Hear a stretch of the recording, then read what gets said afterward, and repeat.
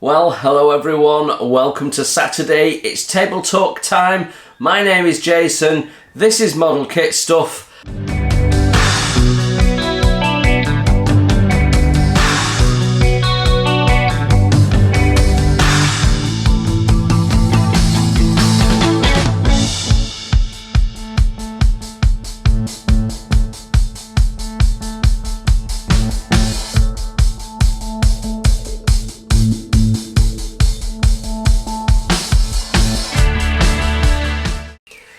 Yes, hello, welcome everyone to this week's table talk, and this week definitely was not a week that went the way I envisaged. So last week I filmed table talk on the Tuesday, and then things started to unravel fairly steadily after that. But before we get stuck into that, a big warm welcome to you all. Yes, it's really nice to see you. It's been a rubbish week, well, in so many ways, in the UK, but the weather's been rubbish, but hopefully the sun is coming out this weekend, and that's good, as I will explain later. So, if you are new to Model Kit Stuff, a big warm welcome to you. This is the little spot we do on a Saturday where we talk about what's going on, keep you informed, ask you a question, all of that sort of stuff. You find out all sorts of things that are going on. And if you're a long-term subscriber, you know all of that. You know what to expect. Table Talk remains one of my most popular videos. Every week, everyone likes to come and touch base with me. And I have an increasing number of members. What I would say though is I've also got an increasing number of members that don't appear to be joining the social group. So let's start with a little bit of a reminder about membership. So membership, at the moment I have two levels of membership. I have an entry level one, which I think's 99p off the top of my head, and that's just to show your gratitude, say thank you, support the channel. You know, you get a little members badge, and if you make a comment, I see that. It's easy to spot the little coloured star, and so I'll prioritise answering any messages from you guys. I do read almost all of my messages, not necessarily on the day they get put there. Most of them I'll just do a thumbs up and a heart to. But some of them I'll answer if they're specifically questions. If I can, I might miss one or two, but I do get quite a few. So, and with emails and everything else, there's a lot. So if I do miss them, apologies. But I do try and get to them all. Then the other level of membership at $4.99 a month. That is intended for you to have access to the Model Kit Stuff social group. And when you hit the little join button, which is underneath the video, or you may get a big box which asks if you want to become a member at the start of a video, that can happen. But if you're watching on a laptop, underneath the video there's a little join button. You click on the join button and then a little video will come up. And underneath that is your two payment options. Please watch the video, because that gives you the instructions on what to do so that you can get into the social group. So there's a number of people that have joined, are entitled to be in the social group, that haven't joined the social group. You are not getting the benefit of your membership. Yeah? It's the main benefit. I am doing some members only stuff, but it's only occasionally, and it's not major. So like I say, the main benefit is joining the social group. The social group is a great area. So it's a Facebook page which is only accessible to people who are paying membership through YouTube. And once every month, 6 weeks, depending on how busy I am, I go through my list of members against the list of people on the Facebook page, and I tick off everyone and make sure that, you know, if anyone's closed down membership, they're not still getting the Facebook page. I'm due to check that again soon. So I can see who's in there, and I can see that clearly people have joined and people haven't then followed the instructions. So I'm going to give you the instructions again. Yeah, if you have joined membership, I can see that. That'll appear on the list that I can download. I can basically get a report. And you drop me an email, modelkitstuff@gmail.com, and I will cross-reference your name with the members list and then give you the link to go to the Facebook page. You then ask to get in, I see who you are, and I let you in. It's that simple. All you need to do is email me and we can get you access. I get people who ask, not very often, it's quieting down a bit now. I get people that just turn up and ask to join, and then I send them a little message saying, don't see your name on the members list. If you think this is incorrect, then please come back to me, because some people have a different email name and a different YouTube name and then a different Facebook name, and I can't necessarily match them all up. But never has anyone come back to me and gone, actually, yeah, I am a paid member and this is my handle. It's always someone who's trying to get in who's not entitled to. So it is robust so far. And but equally, if you don't ask me, I can't get you in. There is someone that actually emailed me and said, yeah, I've joined and I've subscribed and I can't wait to join the membership.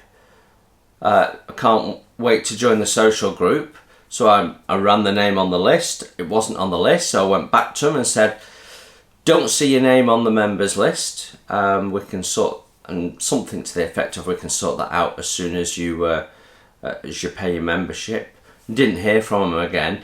So there's always people that seem to not quite understand how membership works. And you know, if you're new to the channel, I get that. I don't talk about it every week because it gets a bit boring for the subscribers that tune in every week.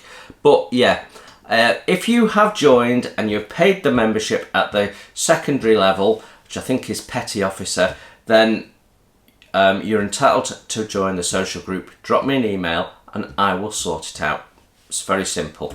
I will email you back with instructions and a link and so on and so forth. I am going to be having a bit of a push on membership as we get towards the end of the year, and I'm going to talk about that later on, the reason for that and what have you. It's all about quality, and we'll talk about that later on. Now you can probably hear that I sound a little bit gruff, and members know this because I shared this in the members area. So yeah, the members area is really great. We talk about all sorts of stuff, and one of the things that I shared this week is that I was poorly with COVID. Again, 4th time I've had COVID. Yeah, so I've now had COVID more times than I've had actual proper flu, and it was equally as horrendous, although my recovery was quicker. You can see I've still got a bit of a gruff throat, and apparently this new strain, certainly in the UK, I don't know whether the new strain is global, in the UK has been nicknamed razor throat, because you feel like you have swallowed shattered glass. It is not pleasant. It is not pleasant. And you can hear my larynx is still trying to recover from it. And I'd say I was about 90% as I record this. You know, I've gone back to work. Everyone else in the house has had it, and they've all had it in a slightly different way. I always get a fever and the shakes and can't get out of bed and become quite poorly for a day and then slowly recover out of it. Paula was poorly one day, then seemed to bounce back the next day and was up and about and bright, and then the next day couldn't get out of bed again and was at death's door. Alice, she was poorly with it for a couple of days, so she's had a couple of days off school, and then she sort of like nothing had ever touched her.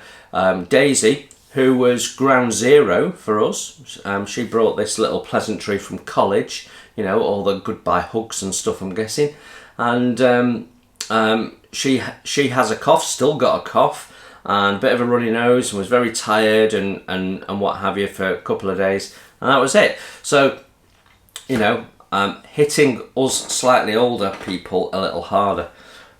So yeah, not great. That started on the Thursday.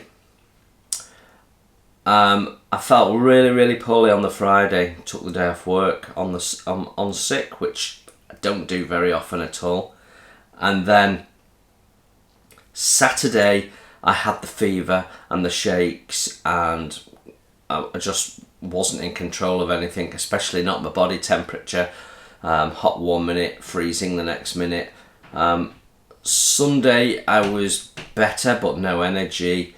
Monday I was better again, up and about, but feeling you know, like 50-50 and still lots of sleeping.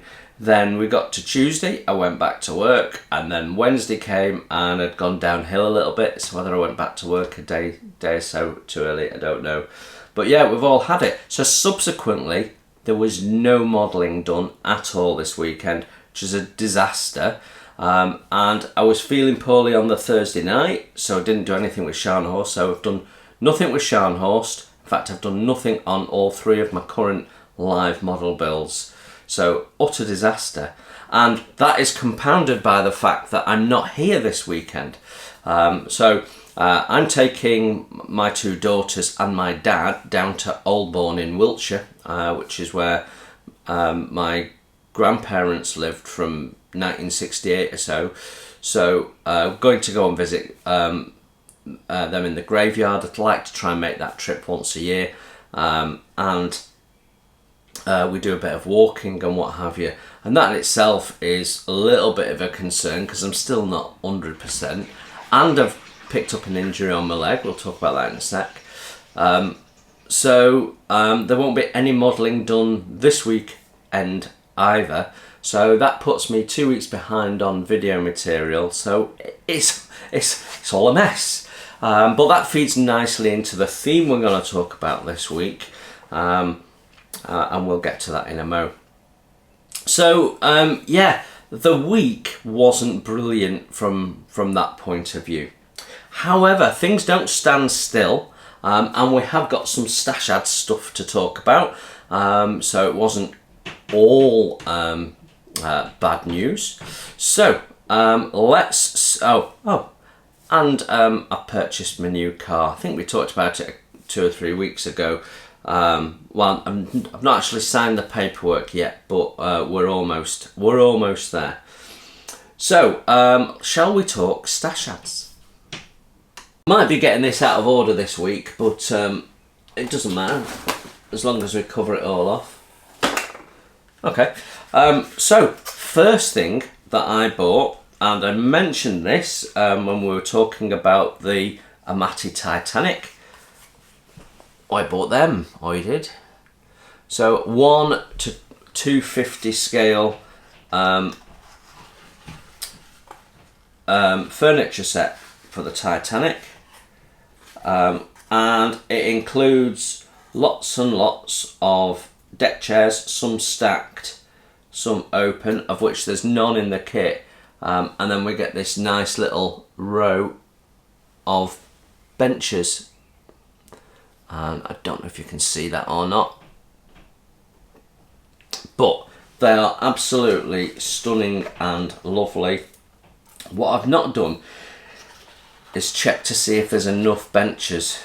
Obviously the benches are on the upper decks and the stern deck. There's not really any on the 2 foredecks, I don't think, off the top of my head. So I need to count them and check, because there's 12 benches in there. So when I get a moment, I'll do a quick tot up, because that's the sort of thing I can't remember off the top of my head. But they are stunning. So they will replace the plastic ones, which were a bit lackluster in the kit. Also, another purchase while we're on Titanic, we'll come back to Airfix in a moment. I got, let's have a look. I got this. Well, actually, I got 2 lots of this, and these are lights for the Titanic, and you'll see there's 2 different colours. We've got like quite a clear colour and then a more flickery candle-like colour. So I think the idea is the brighter ones go in the hull, and the other ones go in the sort of the stateroom ones, which would make more sense. I've got 2 different lengths, but how well they'll do. Oh, I also got a red and green navigation light. I don't know whether I'll be able to use them or not. We will see. I mean, it's all, as you can see, it's all pre-wired, but obviously it's a plank-on bulkhead kit fundamentally in terms of the hull. So there will be areas where you can't get light to because the plank and the porthole is aligned to the bulkhead. So you won't be able to illuminate all of them, but then, you know, probably they weren't all on anyway. So yeah, we'll have to see when the time comes what we can do with that. But if we can get most of them on and not make it look like there's stripes where there's none on,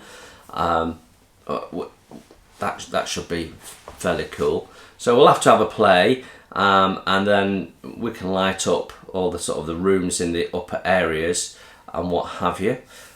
So yeah, that'll be really nice if we can pull that off. I'm no expert on lighting, and the bulbs are quite chunky, so it's shoving them in the middle of the room and generally lighting. So yeah, a couple of things that we've progressed forward ready for the Titanic build. So I've filmed the first impressions of that now, and I've edited it, and it's going to be a 2-parter. So it'll be instructions and plans, and then it'll be parts and summary. And I'm hoping that we'll have the first part of that out on Monday, and then the second part on Tuesday is sort of the plan. And then on Wednesday you'll get another Sherborne part, possibly. And then on Friday we will have what you should have had last Friday. So actually, let's talk about what happened last week in the terms of videos. So we started the week with the, I'm all over the place. Sorry, my head's still mashed. I haven't finished Stats and I've started with what we got up to last week, which I should have done before. And so just bear with me. We're just going to meander through it this week, clearly. So last week on the Monday, we had the first impressions of the 3D printed resin Matilda 1. Really interesting to see how people replied, because there are an increasing number of people who flippantly make the one-line comment, 3D printing is the future, and I absolutely believe it is not the future. We'll perhaps elaborate on that in a moment, but nobody left a comment that went, that's brilliant, this is definitely the future, where do I get one from? No one said that. Most people went, how much?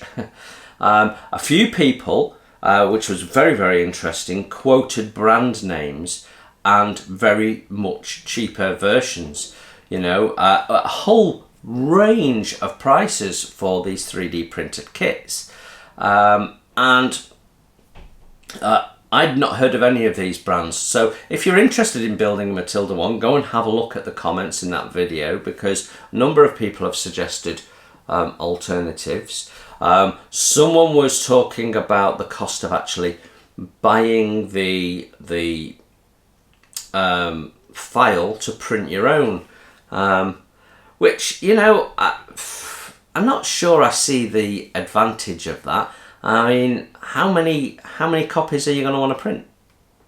You know, the files are certainly a lot cheaper, but then you've got to foot the cost of the materials, the energy, plus your time. So it's not for everyone. Wouldn't be for me. I don't have space to put a 3D printer in, so I'm not going to do it. So yeah, I think most people saw the same issue that I did, that it's just not cost effective. It's also, I felt, you know, it's a bit limited in places as well, and I was reassured that you could put things like surface texturing on.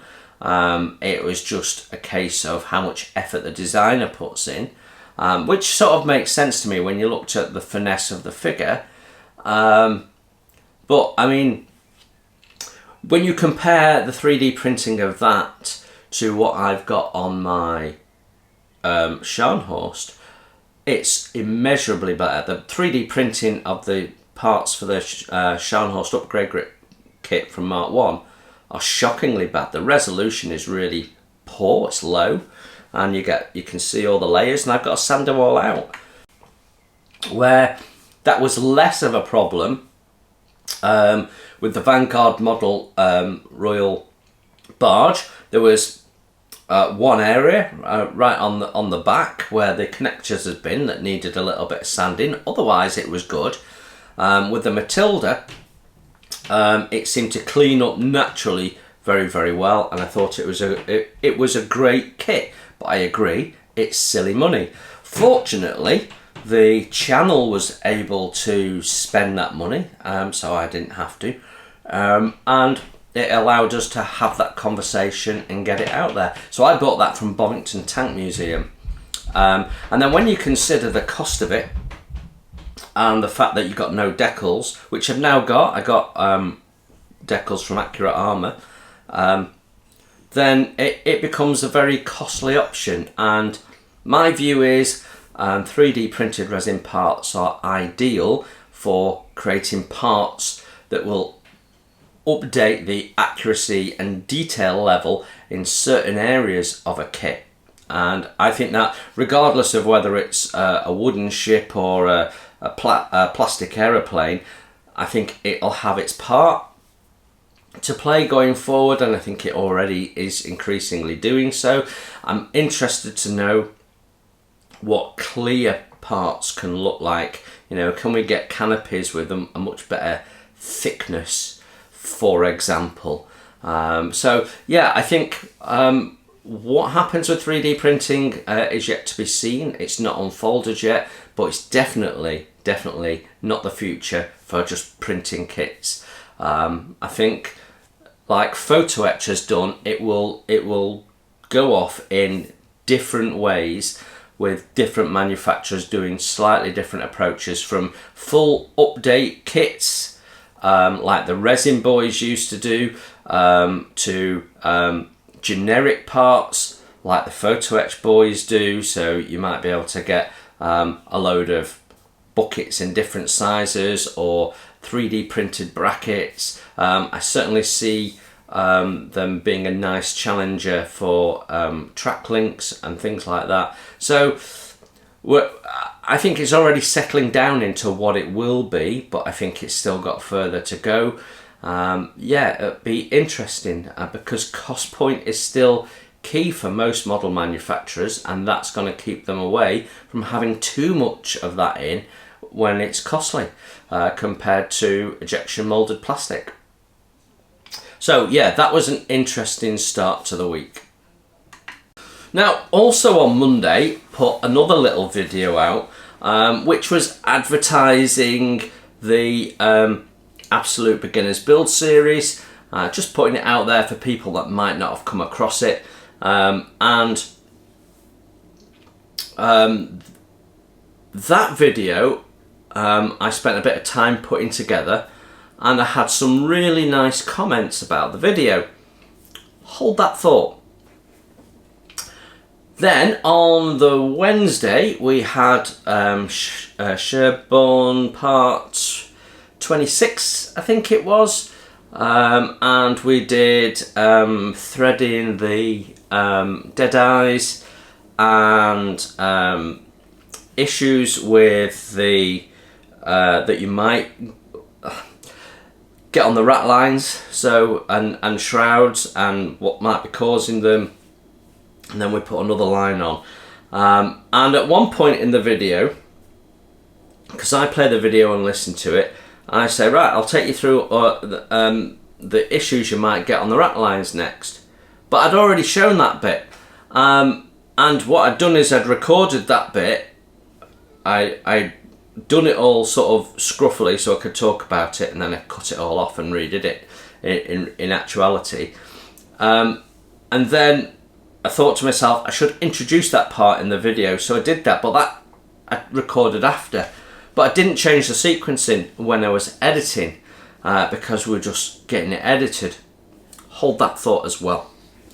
So I'll come back to all of that. So that was sort of the week we've just had. Now we didn't do the Friday video as we were supposed to do the week before, because I was poorly, and members knew that. I'd given them a heads up, so that would have happened last night for you guys. So you got what we should have had last week, which would be Scharnhorst 25 or 26, can't remember. I'm recording this Wednesday night, so yeah, so that was how the week sort of progressed. And there's something been bothering me for a little while now, and I think this week that has just gone perfectly highlighted the problem, and we're going to talk about that in a minute. Right, so let's get back to stash ads. Sorry we're jumping around, but there you go. So also in the week that's just gone, this arrived. New from Airfix, new tool, and I wouldn't have bought it ordinarily. 148 Spitfire, I don't need one. I've got a 124 Spitfire, but this one's the two-seater one, and it's a little bit different, and it's always captured my imagination. And as it was a new kit, I thought we'd renew it. So this was one of my pre-orders from back in January that arrived. So I have opened the box, but I haven't opened the bag and had a look at it. I've not seen anyone do a review of it, so I'm probably going to film that and get that out in fairly short order. I might even film it tonight after this. But yeah. So it comes with two paint schemes, one of which is standard camouflage scheme, the other one as per the box. So yeah, what have we got? Republic of Ireland 1951 and Buckinghamshire 1969. So yeah, that's probably the one I would do, I would think. So yeah, all very nice. I'm just looking at it now, and it's all the usual suspects on there. It says tooling 2024. So yeah, but this is the first release of it. So yeah, very, very nice indeed. Two flying hours, what's not to like? So and not a steep price, because there's no 3D printed parts in it, I'm guessing. Sorry, I'm having to stop the video camera quite a bit because I've got still got a bit of a cough, and the cough is being exaggerated and is that the right word? Exacerbated by the fact that I'm talking. So yeah. Anyway, that is the main thing that happened on the. No, it's pretty much the main thing that happened. Full stop. Was the stash ads. Will that sit there? Managed to make it sit up before, but now it won't. There we go. So, yeah, it looks like it'll probably be a nice kit, but we will see. So that was stash ads. So let's talk about what's coming up probably next week. We've already mentioned the Titanic, which we're going to do as a two-parter. Only part one's edited now. So if part two doesn't come out till like Thursday or something, you know I was a bit late on the editing. And then On Wednesday we should have another Sherborne if I've got time to edit it, otherwise it'll be the following week. And then Friday, I think we are on part 5, is it, of the Junkers. Then I'm out of material again. So, you know, we will see. We'll see what happens. And that segues in nicely to what I want to talk about this week, which is about quality over quantity. Now, those of you that have been subscribers for any length of time know that we've touched on this subject a little bit a few times before, and that is my fairly rigid schedule of putting videos out. It's just the way my brain works. I need to sort of have a slot and aim at that slot, and that feels comfortable.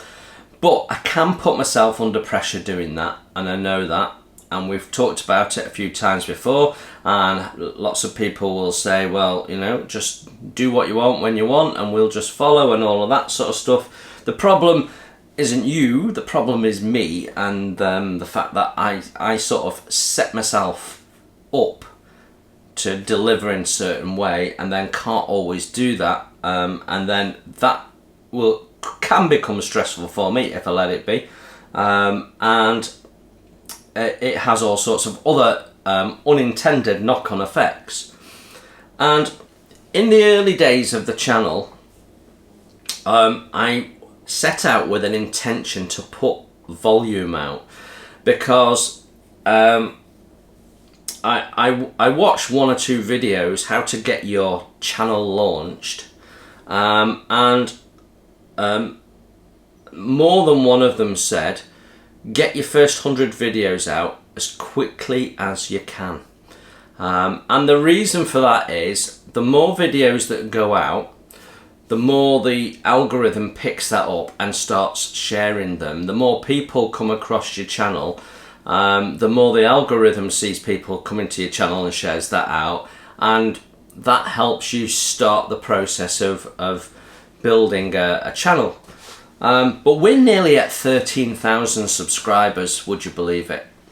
And we have maintained that sort of volume output for nearly 5 years. So the channel's 5 years old in November, and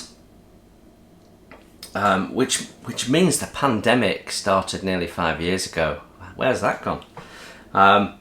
But we haven't really, we've talked about, you know, videos might come out, they might not, all depends on whether I've got time, but we haven't really, in real terms, reduced the number of videos that come out. Sometimes we've done more, you know, sometimes Christmas can be quite busy because we've got the showcases and the ordinary stuff and extra stuff, and you've got like 7 videos coming out in 7 days or even more, and it's a lot of work editing all those videos and putting them together. And we talked a few weeks ago about how I just don't have the time that I used to have, and so we were dropping the Mondays, and we have dropped some of the Mondays, but we've hit a video on a Monday more often than we've missed one, to be honest, since I said that. But one thing is noticeable, and has been noticeable for a while, and has become increasingly noticeable, I think is what we'll say, and that is errors in my editing. And that is because I'm sort of rushing it out.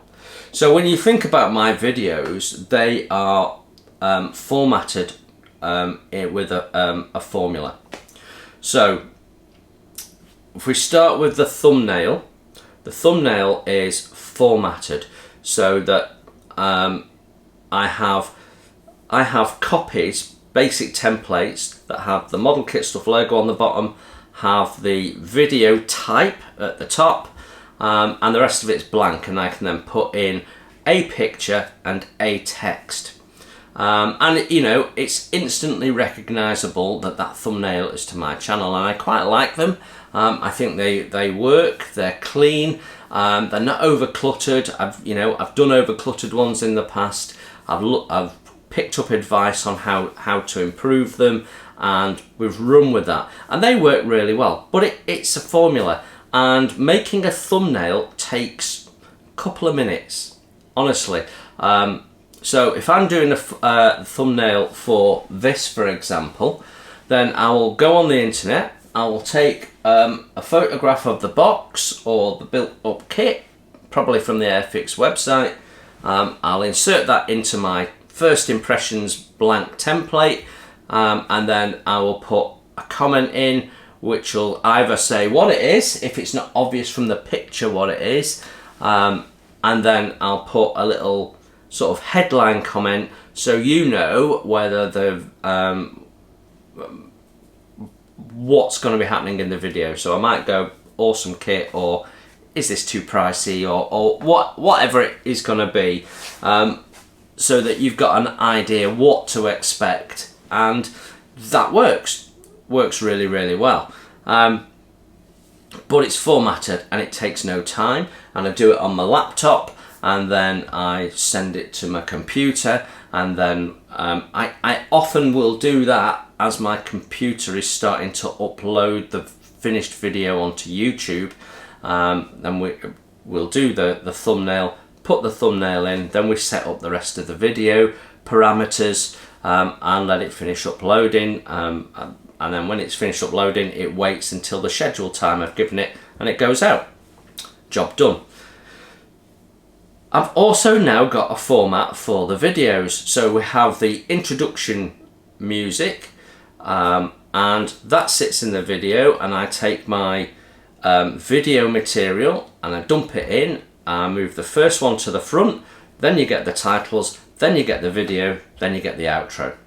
The outro is designed so that it will give you the messages to remind you to subscribe and thumbs up before the screen gets covered over by the thumbnails at the end, so that you can link yourself to other videos or the main page.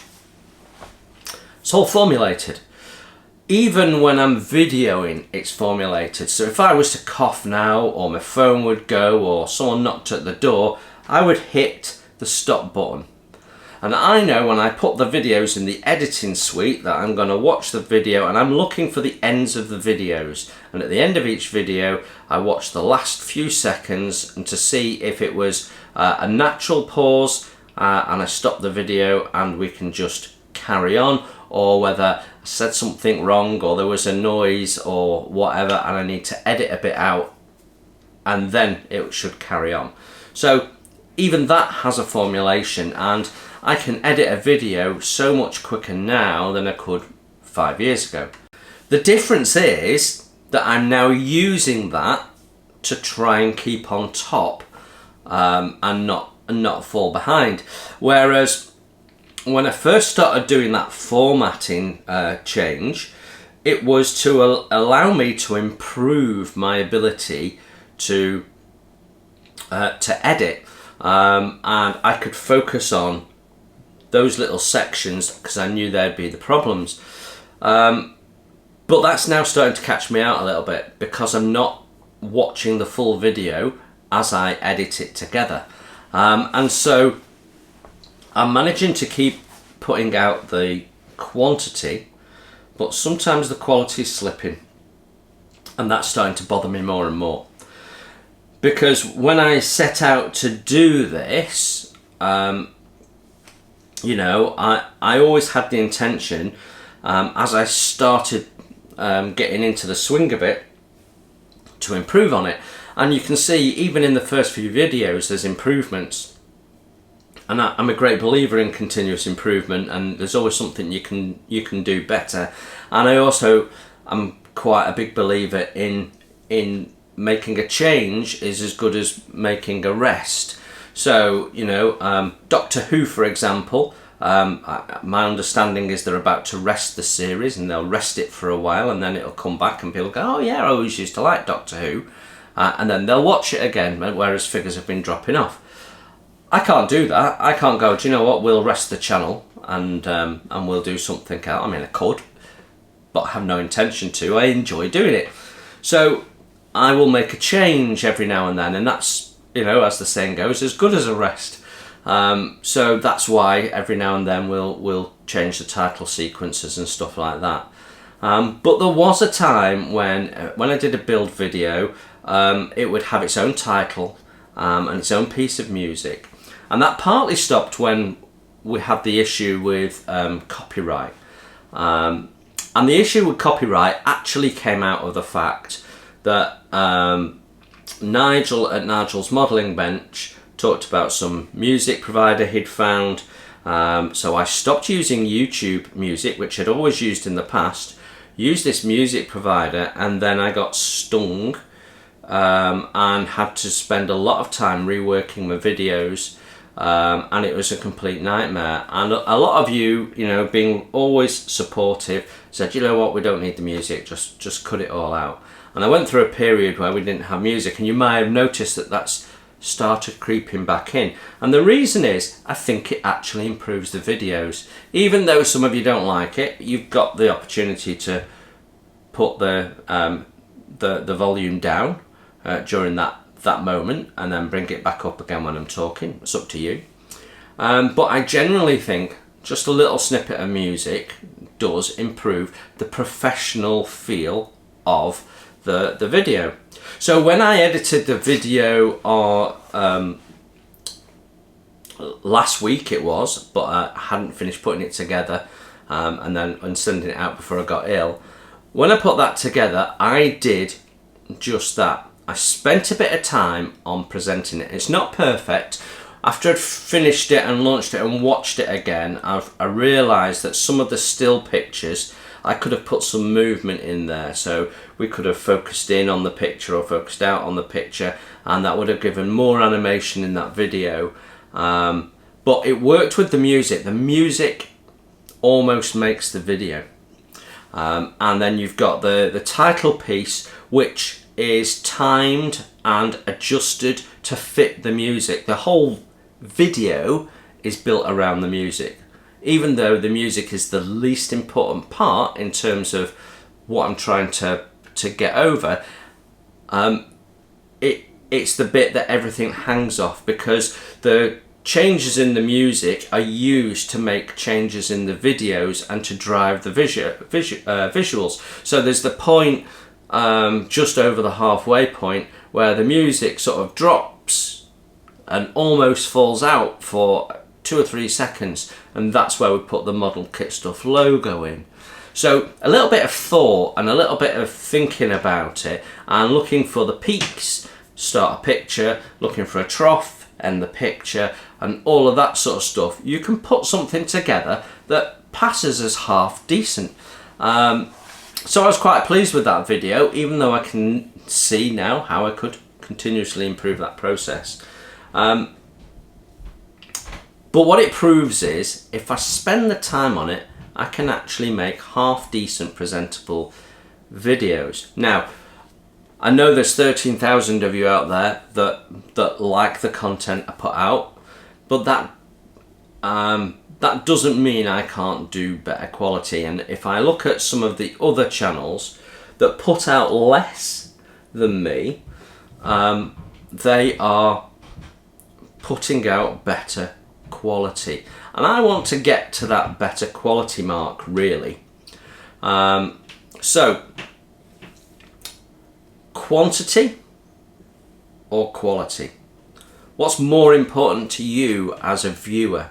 That's my first question for this week. There are some of you out there undoubtedly are going to say, you know what, I love seeing the first impressions, I love watching your builds, you know, just put it out in any format you like, I'll watch it, and that's awesome.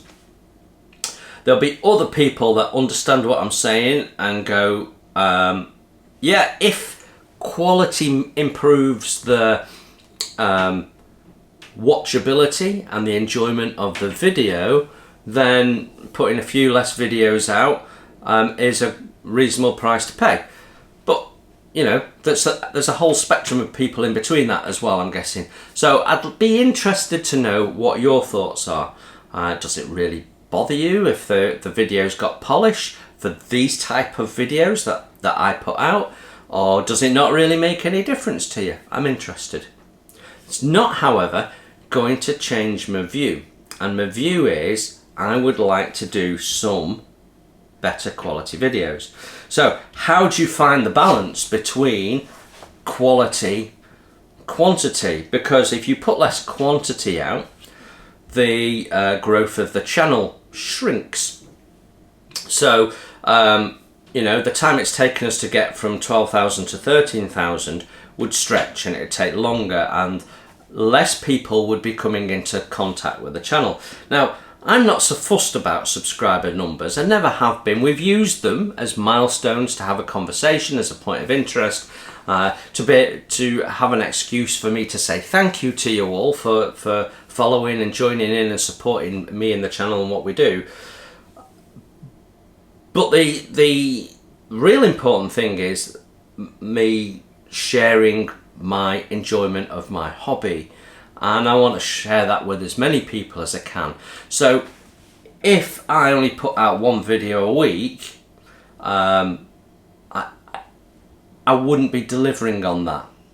And if I put out 3 videos a week, I'm not delivering the channel I want to deliver. So we have to find some middle ground, and I've been thinking about this. So I can't remember if it was last week or the week before, maybe, we talked about the fact that I want to have a bit more of a push on membership. We're almost at the point, not quite, I actually thought we'd gone over it briefly, but I was looking at predictive incomes, not actuals. We're almost at the point where half the income each month comes from membership, which shows you that you don't need that many members to actually meet the volume of revenue you get from adverts. So if you can get enough members, you don't have to think about revenue from adverts to be able to keep the wheels rolling, to have money to buy kits. The other thing about members are the people that tend to watch your videos, and that means the more members you've got, the bigger your minimum platform of people watching your videos are. So that helps with putting out the initial spur of how many people are watching the video, and that kicking in the algorithm. So there's 2 advantages to the channel for membership: steady income, and the fact that we're getting a base level of algorithm activity, and then you don't have to worry about the adverts. That means I can do one of the things that I'd really like to do, and I don't do at the moment, but I'd like to, but can't afford to, and that is take out the mid-reel adverts. So I have an option when I upload a video. I can put adverts at just the start and the finish, so you have uninterrupted view, or I can put them in mid-roll, and YouTube will then select where it's going to put them. So it tries to find what it feels are natural breaks in the video. It doesn't always get it right, and the more popular the video gets, the more advert breaks it puts in, which is really annoying. Now, I'm premium member now, so I don't see the adverts, and most of the time nobody complains about it. Every now and then someone will say, how many adverts do you need in 4 minutes, and that sort of stuff, and you know, I have to explain that that's YouTube, that's not me, and you know, that's how you get to watch videos for free. And if you don't like that, you pay premium. And I've got to be honest, I'm enjoying the premium experience and wouldn't go back. So, you know, if we could get to 100 members, and we're at 55, 56, something like that now. If we could get to 100 members, I could take out the mid-roll videos, and everyone would benefit from that, because they're annoying. I could afford to have less revenue come in from the adverts because I've got a guaranteed revenue from membership. So when I say we're going to have a little bit of a drive on membership, that's what's behind that. I want to improve the channel experience for the subscriber. I think that will mean more subscribers in the long run. If I can have my videos and they never have an advert mid-roll, I think all of you would go, yeah, that's great, because I know it's a pain in the butt for everyone. But we need the certain revenue to be able to buy some of the kits that we buy on this channel for review and ultimately to build. It's not something we can do right now because the channel's self-funded. I don't put any of my money in, and obviously I'm a taxpayer, and I don't pay a small amount of tax, unfortunately. So the tax revenue that comes from the channel is also a chunk that I have to worry about. So I can't just take it off. I can't take my foot off the gas with the adverts. But I can improve the quality by, when we've got enough members. So we're going to have a drive on members. So we'll talk about that in a moment. The quality of the videos, what I'd like to get to is spending more time on the editing, so you can have a better experience. Do more picture-in-picture. Do more with stills that can enhance what we're talking about, particularly when we're talking about methods and things like that. One of the things that's come out of doing the rigging is that it might be helpful for me to have in the video a photograph of what I'm talking about as well, so you can see it more clearly and maybe at a different angle.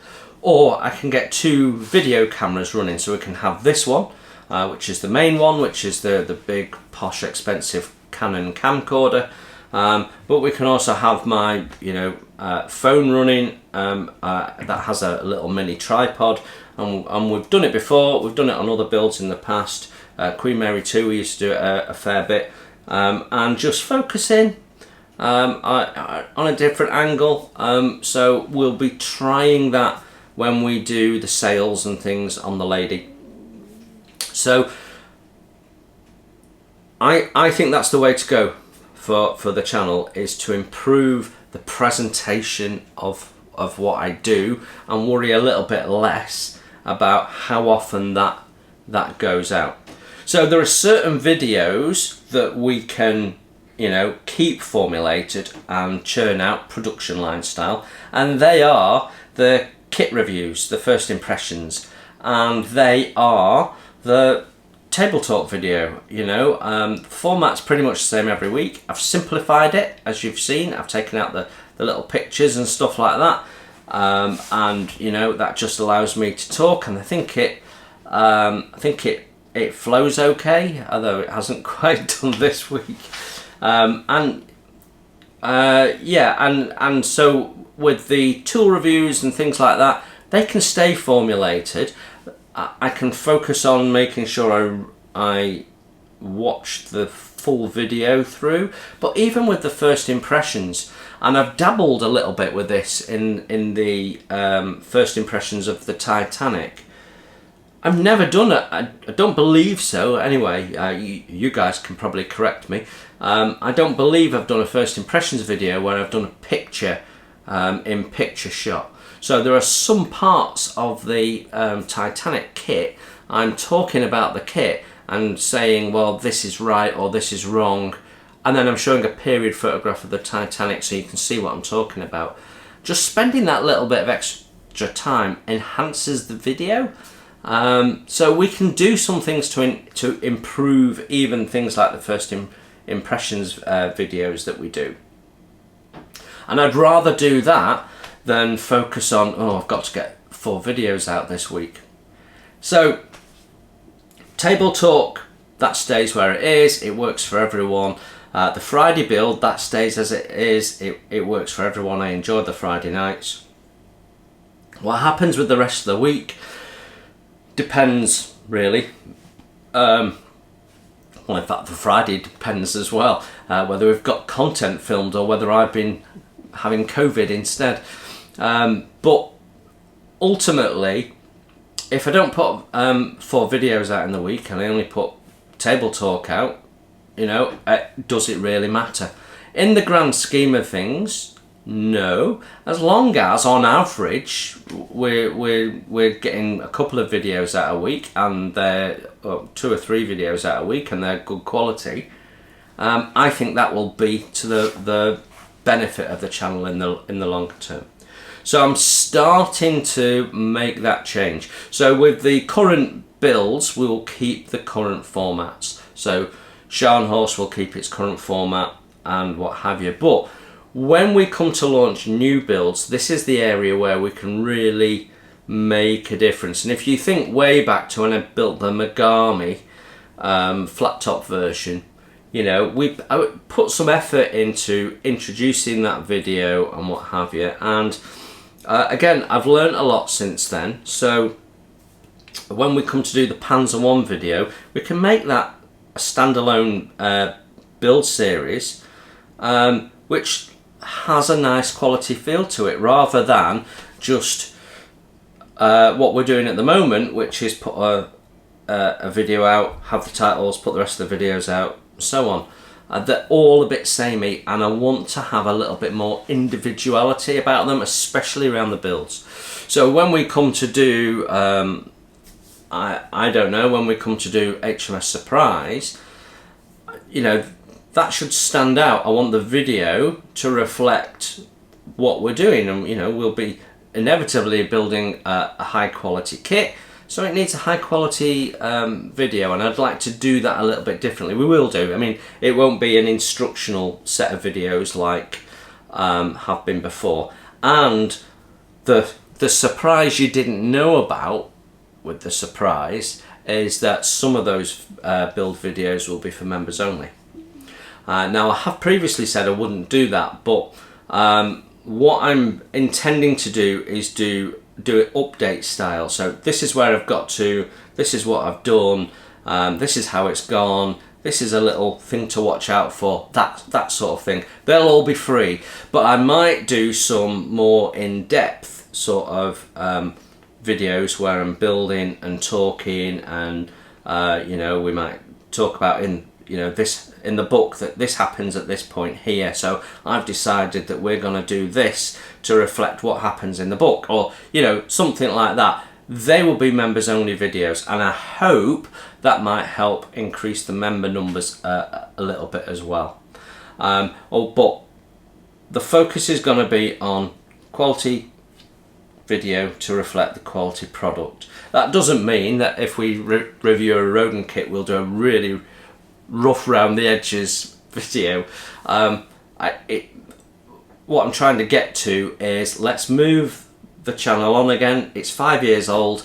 Let's move it on again. Let's hit the next gear up and improve where it wants to be. You know, so I'm going to be messing around with bits and pieces, doing that, and then as new build series come out, you'll start seeing that, hopefully.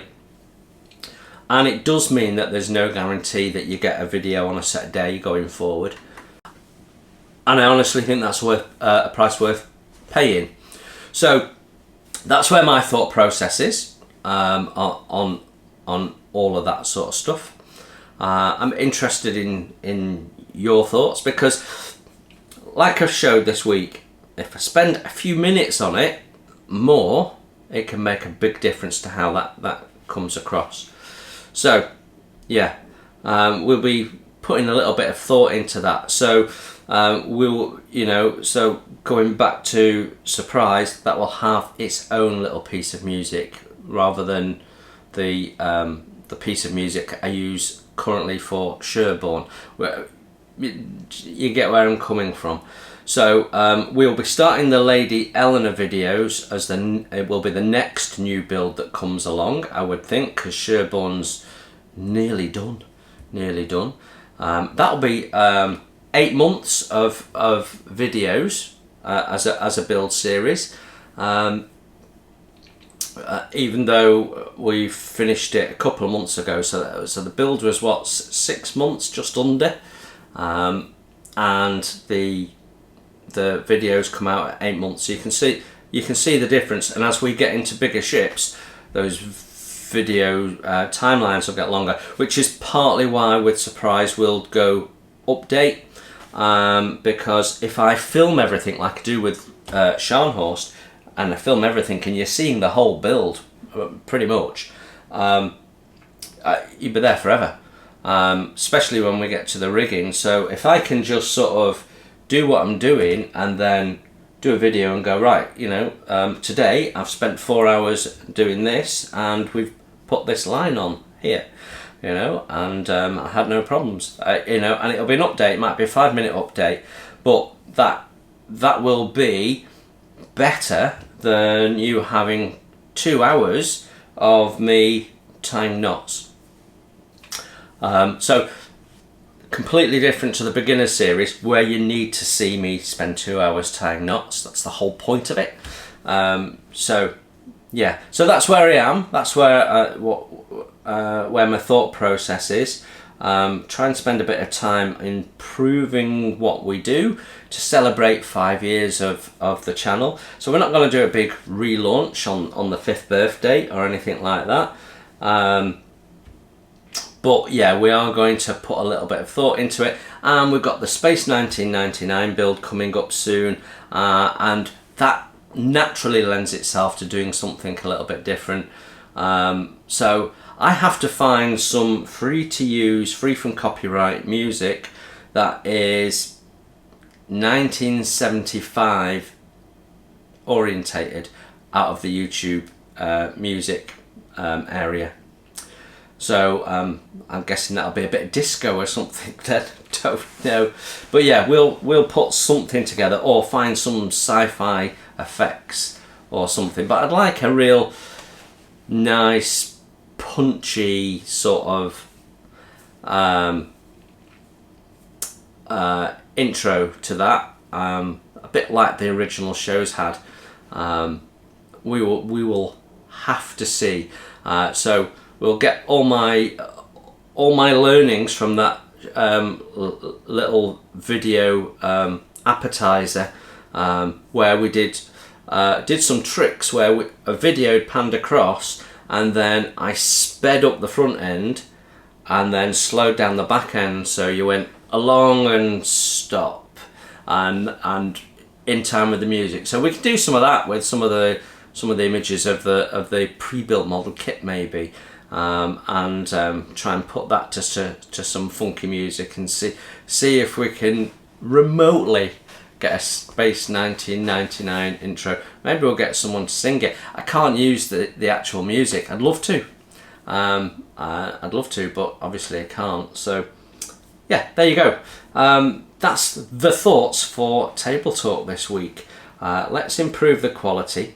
Let's keep pushing the boundaries of what we can do and make it a more enjoyable experience, and if that's at the expense of 1 or 2 videos here and there, so be it.